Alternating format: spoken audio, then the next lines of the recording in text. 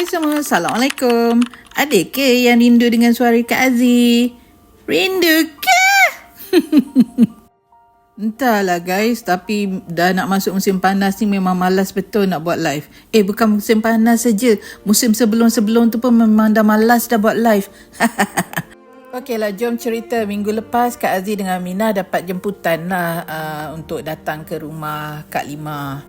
Rumah Kak Lima bukan dalam kawasan Mekun tau. Dia kena seberang jalan sikit lah dan kemudian rumah dia jauh terceruk dekat dalam kawasan ladang. Ini rumah Kak Lima. Rumah dia sebiji aja dan kemudian dekat depan tu ada rumah orang lain lah. Kak Lima asal orang Odawa tau.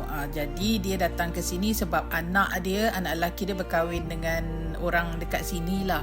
Kak Lima ni masa dia duduk dekat Odawa pun dia duduk dekat farmhouse lah. Jadi bila dekat sini dia dapat, bukan dia dapat lah, anak dia dapat satu ladang yang boleh letak, boleh buat rumah kan. Jadi dia pun ikutlah anak dia dekat sini. Bila tengok rumah Kak Lima ni rasanya macam Kak Aziz pun dah bersedia lah untuk tinggal di kawasan ladang ni. Kalau rumah Kak Aziz satu je, Kak Aziz rasa Kak Aziz boleh tinggal lah. Yang ni rumah anak dia. Lepas tu kita orang kena balik lah dan si Minah nak datang rumah Kak Aziz. Tapi sebelum tu ni kambing biri-biri ni nak kena buang air dulu. Lepas Minah dah balik, Kak Aziz keluarkan Three Stooges ni. Cuaca baik kan, jadi eloklah diorang ni keluar.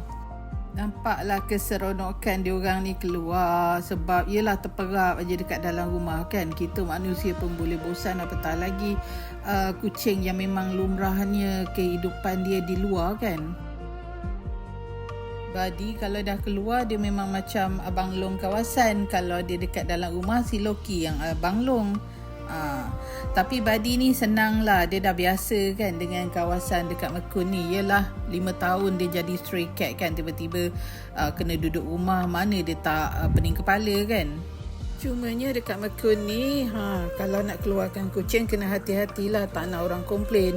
Sebab kalau orang komplain Kak Aziz kena tiket nanti ataupun kena dapat surat warning. Ini si Loki suka sangat pergi rumah orang sebelah. Manalah tak kena kurung dengan Kak Aziz.